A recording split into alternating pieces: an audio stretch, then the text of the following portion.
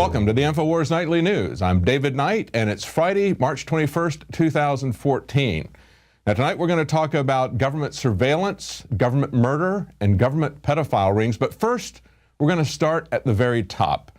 Who's in control? Well, the person who was one of the co-founders of the Occupy movement is calling on Obama to appoint Eric Schmidt, CEO of Google, as CEO of America. She says, appoint Eric Schmidt as CEO of America. This is Justine Tunney, who's now a software engineer at Google, put up a petition which currently only has 2 signatures. Contrast that to the Occupy petition, which had 195,000. But she wants to do basically 3 things: retire all government employees with full pensions, transfer administrative authority to the tech sector, and appoint Eric Schmidt as CEO of America. Well, actually, he's really, I guess you could call him, part of the board of directors.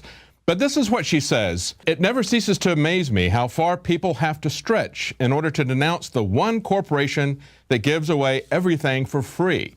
Well, actually, they're not. You're their product. They're selling you. They're selling your private life, your private details to the highest bidder. We need to understand how this works. We've got someone here who founded Occupy, of course, and yet we've seen this in Russia, for example, where Lenin was put on a train with $10 million and sent to start the communist revolution by a German central banker whose brother was starting the Federal Reserve in the U.S. with J.P. Morgan. That's the way they roll. If they can't take over a movement at the very top, then they're ready to do something else. And we see this story coming out of Washington's blog. Did the U.S. deploy snipers against the peaceful Occupy protesters? Truthdig reported last year, did the FBI ignore or even abet a plot to assassinate Occupy Houston? A FOIA request filed by Washington, D.C.-based Partnership for Civil Justice Fund yielded an FBI document that contained knowledge of a plot by an unnamed group or individual to kill leaders of the Houston chapter of the nonviolent Occupy Wall Street movement. They said they were planning to engage in sniper attacks against protesters in Houston if deemed necessary.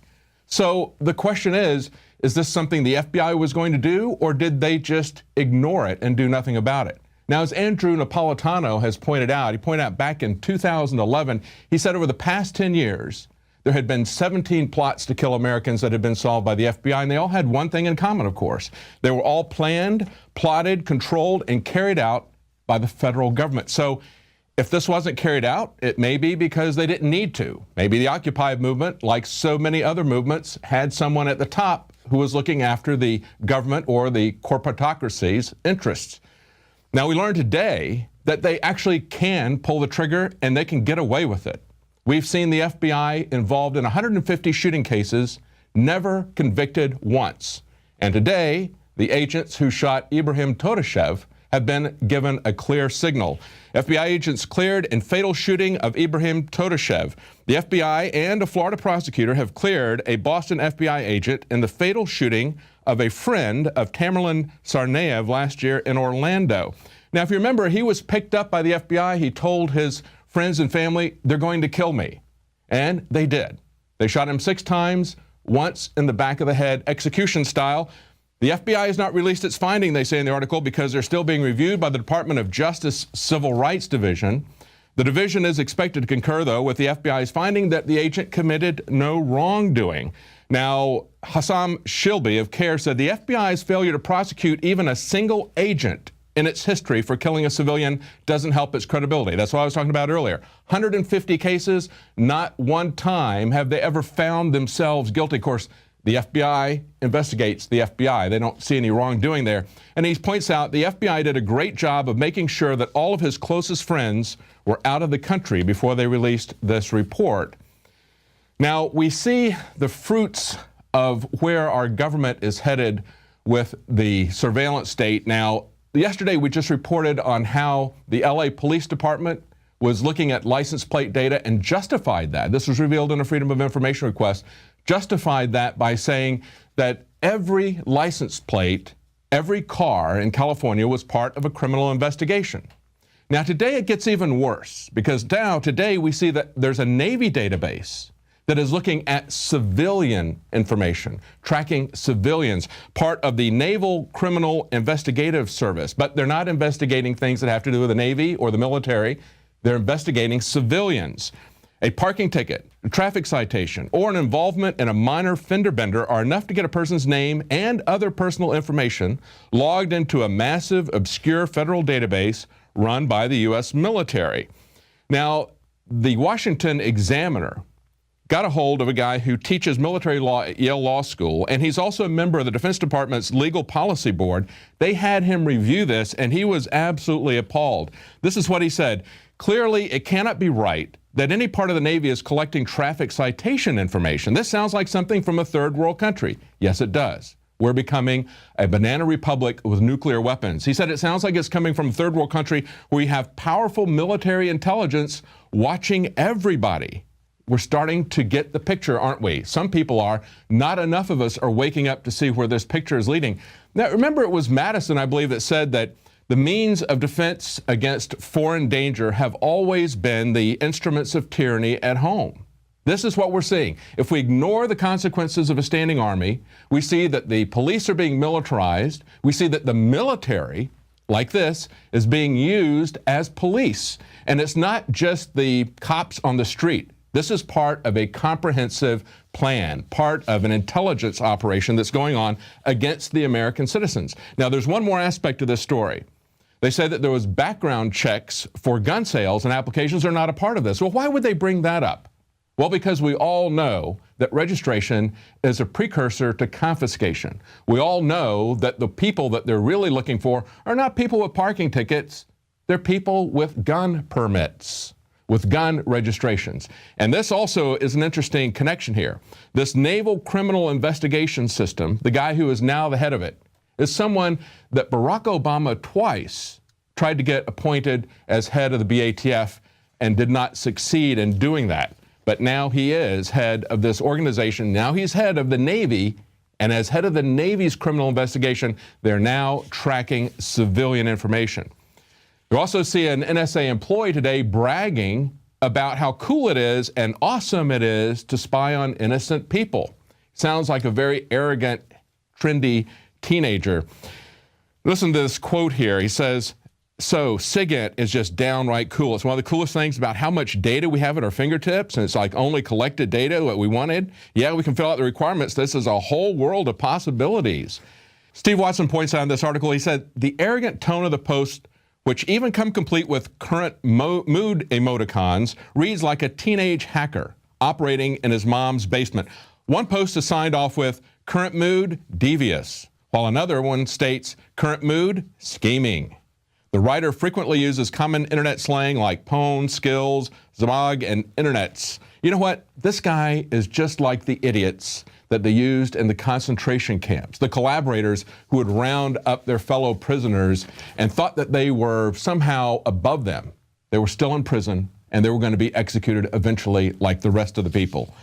Now, how do we roll this back? Yesterday we played Rand Paul, and he is broadening this out. It's not a left-right issue. We can have a discussion about what the proper role of government and society is on things like the economy, but we're not ever going to be there if we're living in a police surveillance state. That's something where the left and right have to come together. If we don't roll this back, there isn't going to be any discussion about how we're going to have the government run or what we're going to do in our private lives. That will all be gone. So the left and right have to come together to fight for liberty before it is completely shut down. And we have a massive infrastructure that is already in place, already working. And so Rand Paul came out yesterday. We played his speech last night. And so today, a person who speaks for that left-right paradigm, who tries to keep people on the racial plantation, Reverend Al Sharpton, came out and criticized him for saying that he was getting on to racial issues.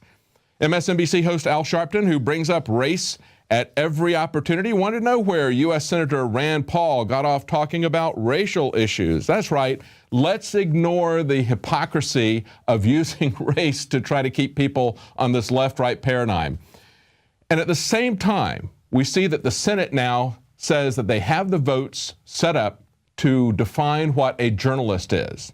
They're going to go into a protection racket mode here. I guess they believe that they can co-opt, the mainstream media will shut up about this as long as they think they're going to get some special privileges. It's just a protection racket. And these guys are just gangsters and thugs, just like we played last night with the Ukrainian free speech minister beating up the Ukrainian TV CEO and forcing him to resign. These guys are nothing but gangsters, just a protection racket, just like the mafia runs. And what they want to do is they want to get the mainstream journalists to sign on this, saying that they're going to give them some kind of special protection. New York Democrat Senator Chuck Schumer said today the Senate has the votes to pass a bill that will protect corporate journalists from court-issued demands to reveal their sources, and the law will protect, quote, covered journalists to be defined as those who are employees, independent contractors, or agents of an entity that disseminates news or information, according to the AP. So, and if this is passed, citizen journalists, bloggers, people who still have First Amendment rights will be shut down. That's what they're trying to do. They're trying to shut down citizen journalism because they can control the professional corporate media. We're going to be right back. We're not controlled. We're going to give you some information now about pedophile rings that are operating in governments all over the world right after this break. Stay tuned.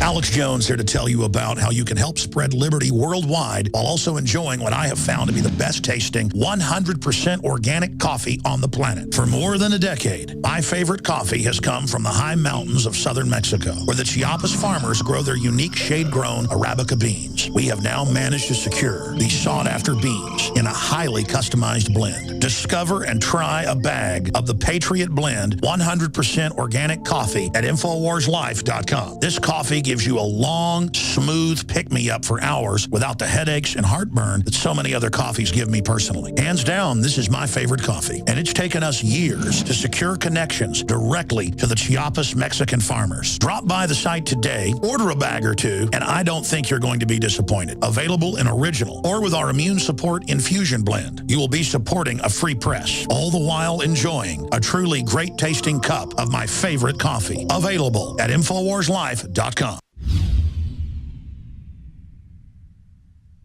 Introducing Pro One. All of your filtration in one system, portable, on the go. No more do you have 2 or 3 filters to just reduce sodium fluoride. You have a system that cuts out the sodium fluoride and up to 95% of hydrofluorosilicic acid. Advanced manufacturing technology combines silver-impregnated white ceramic with new Aquamedics advanced media for removal of fluoride and other heavy metals, all in one filter element. It is the only one that does it, and out of the gates, we have it discounted at 10% off with promo code WATER. This is the only system that in one unit helps reduce or remove pesticides, herbicides, chloramines, ammonia, and chlorine, hydrofluorosilicic acid, the most common form of fluoride not covered by other fluoride filter brands, and sodium hexafluorosilicate. Get your Pro Pure with the new Pro One filter today at InfoWarsStore.com or by calling 888-253-3139.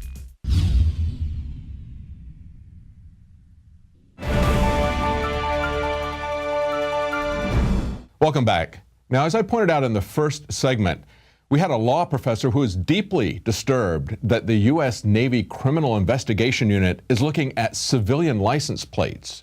He said it looks like something out of a banana republic. It's worse than that. It's worse than a banana republic with nuclear arms. We have a deeply evil government here, and I want you to see what's happening. We've just had in the last couple of days some stories that bring up yet again the issue of pedophile rings operating in governments across the world. We had a protester crash a live BBC broadcast to warn of pedophile rings. Now, he had confronted the Deputy Prime Minister, Nick Clegg, and he said, 4 years ago, I asked you what you were doing about institutional pedophile rings operating in the country. Your reply to me, Nick, was, I don't know what you mean about institutional pedophile rings. Do you understand what I'm talking about 4 years ago? At that point, the Deputy Prime Minister ran off. The BBC was there, and they were left to awkwardly explain why they didn't have an interview with Nick Clegg. And then at that point, the man got in front of the TV camera and brought the same thing up before they cut him off again. But this is something that's been going on for quite some time. If you remember back in October of 2013, information was released about Jimmy Savile's pedophile